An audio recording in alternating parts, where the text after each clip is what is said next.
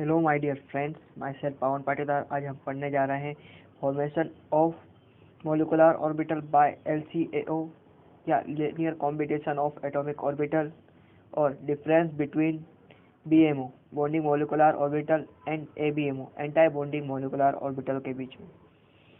तो हम पहले देखते हैं formation of MO by LCAO। LCAO का फुल फॉर्म है linear combination of atomic orbital. अब इनकी डेफिनेशन को देख लेते हैं। जब दो एटॉमिक ऑर्बिटल एक दूसरे से ओवरलैपिंग करके मॉलिक्यूलर ऑर्बिटल बनाते हैं, तो जो एटॉमिक ऑर्बिटल पार्टिसिपेट करते हैं उनके वेव फंक्शन जाई को पता करने के लिए एक टेक्निक डेवलप की गई है, जिस टेक्निक को हम LCAO कहते हैं, linear combination of atomic orbital कहते हैं। ये इनकी ओवरलैपिंग के बारे में भी पता करता है। तो हम देखते हैं कि ये वेव फंक्शन जाई एटॉमिक ऑर्बिटल का एक रिप्रेजेंटेटिव है, यानी एटॉमिक ऑर्बिटल के वेव फंक्शन को रिप्रेजेंट करता है, जो वेव मैकेनिक्स से लिया गया है। अब हम देखें कि 1s atomic orbital another 1s atomic orbital से ओवरलैपिंग करके MO यानी मॉलिक्यूलर ऑर्बिटल बनाता है। तो ये इनकी ओवरलैपिंग जितनी ज़्यादा होती है, उनके बीच बनने वाला बॉन्ड उतना ही स्ट्रॉन्ग होता है। अगर ओवरलैपिंग कमज़ोर होती है या कम होती है तो बॉन्ड भी कमज़ोर बनता है, और ओवरलैपिंग ज़्यादा होती है तो उसमें बनने वाला बॉन्ड भी ज़्यादा स्ट्रॉन्ग होता है। एग्जाम्पल की बात करें तो दो एटॉमिक ऑर्बिटल वाला मॉलिक्यूल H2 या हाइड्रोजन एक एटॉमिक ऑर्बिटल A और एटॉमिक ऑर्बिटल B से मिलकर बनता है, या इनकी ओवरलैपिंग से बनता है। तो यहाँ हम बात करेंगे दो पॉइंट्स के बारे में, जो है सिमेट्रिक मोड ऑफ कॉम्बिनेशन, यानी एक सिमेट्री में कॉम्बिनेशन होना। जब भी कोई atomic orbital A atomic orbital B से हम इनको प्रेशर लगाकर एक दूसरे के पास लाते हैं, जिससे इनमें ओवरलैपिंग हो जाती है और इनके न्यूक्लियस पास पास में आ जाते हैं। तो इस प्रकार बनने वाले ऑर्बिटल को हम BMO बॉन्डिंग मॉलिक्यूलर ऑर्बिटल कहते हैं, जिसे हम सिग्मा 1s ऑर्बिटल से शो करते हैं। यह एडिटिव इफेक्ट के कारण था, क्योंकि हम इसमें प्रेशर लगाकर दो एटॉमिक ऑर्बिटल को पास पास में लाते हैं। अब हम बात करें जाई BMO। ये वे फंक्शन है बॉन्डिंग मॉलिक्यूलर ऑर्बिटल का, जो बना है जाई A और जाई B से। जाई A वेव फंक्शन है एटॉमिक ऑर्बिटल A का, जाई B वेव फंक्शन है एटॉमिक ऑर्बिटल B का। जब ये एटॉमिक ऑर्बिटल A और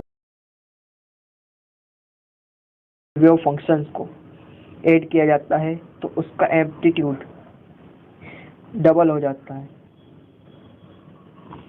तो हम बात करें इनकी एनर्जी की, तो BMO की एनर्जी लेस देन है AO के, यानी पार्टिसिपेट करने वाले एटॉमिक ऑर्बिटल की एनर्जी ज़्यादा होती है बनने वाले बॉन्डिंग मॉलिक्यूलर ऑर्बिटल से।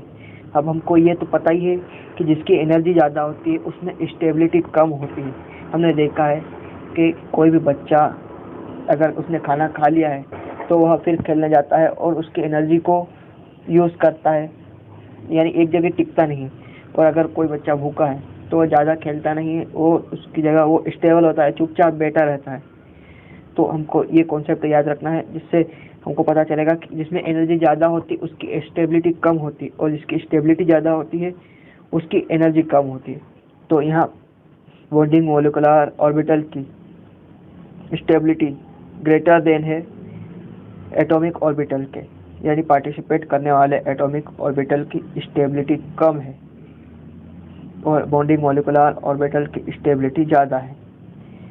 अब हम सेकेंड पॉइंट पे बात करें तो anti symmetric mode of combination के एंटी सिमेट्रिक मोड के बारे में। जब भी कोई मॉलिक्यूल में दो एटॉमिक ऑर्बिटल होते हैं, उनके दो न्यूक्लियस होते हैं, तो हम दो न्यूक्लियस को एक दूसरे से खींचकर दूर ले जाते हैं, तो उनके बीच में इस तरह के कुछ शेप बन जाता है, जिससे उनके न्यूक्लियस के एक साइड में इलेक्ट्रॉन हो जाते हैं, और ये इलेक्ट्रॉन साइड में चले जाने के कारण इनके बीच में एक नोडल प्लेन बन जाता है, जहाँ पर इलेक्ट्रॉन के पाए जाने की पॉसिबिलिटी ज़ीरो होती है या प्रोबेबिलिटी ज़ीरो होती है।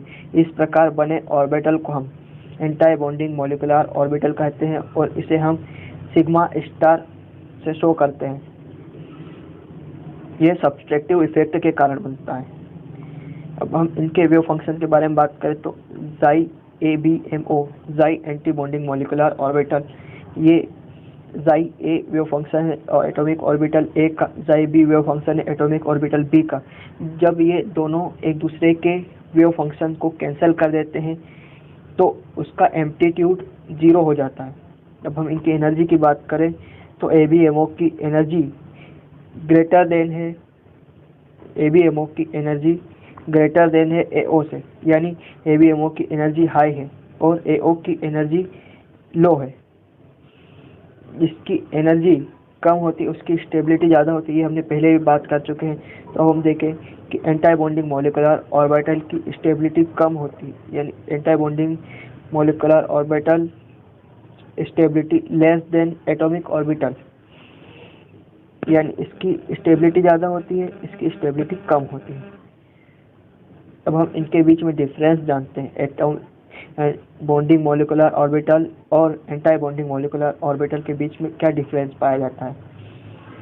तो पहला बात करें तो एडिटिव ओवरलैपिंग, यानी जब दो एटॉमिक ऑर्बिटल पास पास में आते हैं, वो जुड़ते हैं या उनके बीच में ओवरलैपिंग होती है, उन्हीं के कारण मॉलिक्यूलर ऑर्बिटल बनता है। तो इस तरह बनने वाले मॉलिक्यूलर ऑर्बिटल को हम बॉन्डिंग मॉलिक्यूलर ऑर्बिटल कहते हैं, जिसमें वेव फंक्शन को हम जाई बी यानी जाई bonding molecular orbital is equal to जाई ए प्लस जाई बी लिख सकते हैं। सब्सट्रैक्टिव ओवरलैपिंग की बात करें तो ये एंटी बॉन्डिंग मॉलिक्यूलर ऑर्बिटल में जब एक मॉलिक्यूल में दो ऑर्बिटल होते हैं, उसके न्यूक्लियस को एक दूसरे से दूर ले जाते हैं तो उनके बीच में एक पोल जैसा बन जाता है जिसे हम नोडल प्लेन कहते हैं, और नोडल प्लेन में इलेक्ट्रॉन के पाए जाने की प्रोबेबिलिटी जीरो होती है। इस तरह बनने वाले मॉलिक्यूलर ऑर्बिटल को हम एंटी बॉन्डिंग मॉलिक्यूलर ऑर्बिटल कहते हैं और इसके वेव फंक्शन को हम जाई ए यानी जाई anti bonding molecular orbital is equal to जाई ए माइनस जाई बी से शो करते हैं। अब स्टेबिलिटी की बात करें तो BMO बॉन्डिंग मॉलिक्यूलर ऑर्बिटल की स्टेबिलिटी ग्रेटर देन है एटॉमिक ऑर्बिटल के, और यहाँ एंटी बॉन्डिंग मॉलिक्यूलर ऑर्बिटल की स्टेबिलिटी लेस देन है एटॉमिक ऑर्बिटल की, यानी इसकी स्टेबिलिटी कम है, इसकी स्टेबिलिटी कम है और एटॉमिक ऑर्बिटल की स्टेबिलिटी ज़्यादा है, और इधर इसकी स्टेबिलिटी ज़्यादा है और इसकी स्टेबिलिटी कम है। तो बॉन्डिंग मॉलिक्यूलर ऑर्बिटल की एनर्जी की बात करें तो बॉन्डिंग मॉलिक्यूलर ऑर्बिटल की एनर्जी लेस देन है एटॉमिक ऑर्बिटल के, और यहाँ एंटी बॉन्डिंग मॉलिक्यूलर ऑर्बिटल की एनर्जी ग्रेटर देन है एटॉमिक ऑर्बिटल के, यानी BMO में BMO की एनर्जी कम है क्योंकि इसकी स्टेबिलिटी ज़्यादा थी, और एटॉमिक ऑर्बिटल की एनर्जी ज़्यादा है क्योंकि इसकी स्टेबिलिटी कम थी।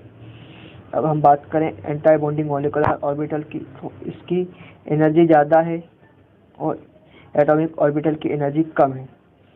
हम इस प्रोसेस में बनने वाले ऑर्बिटल को सिग्मा, पाई और डेल्टा ऑर्बिटल के नाम से जानते हैं, और एंटी बॉन्डिंग मॉलिक्यूलर ऑर्बिटल में बनने वाले ऑर्बिटल को हम sigma star, pi star, del star से जानते हैं। इसमें इलेक्ट्रॉन की डेंसिटी इंटरन्यूक्लियर एक्सिस के सिमेट्रिकल होती है, और यहाँ इलेक्ट्रॉन की डेंसिटी इंटरन्यूक्लियर एक्सिस के अनसिमेट्रिकल होती है। अगर ये वीडियो पसंद आई हो तो वीडियो को लाइक करें, चैनल को सब्सक्राइब करें। ऐसी वीडियो चाहते हो तो आप कमेंट में बता सकते हैं।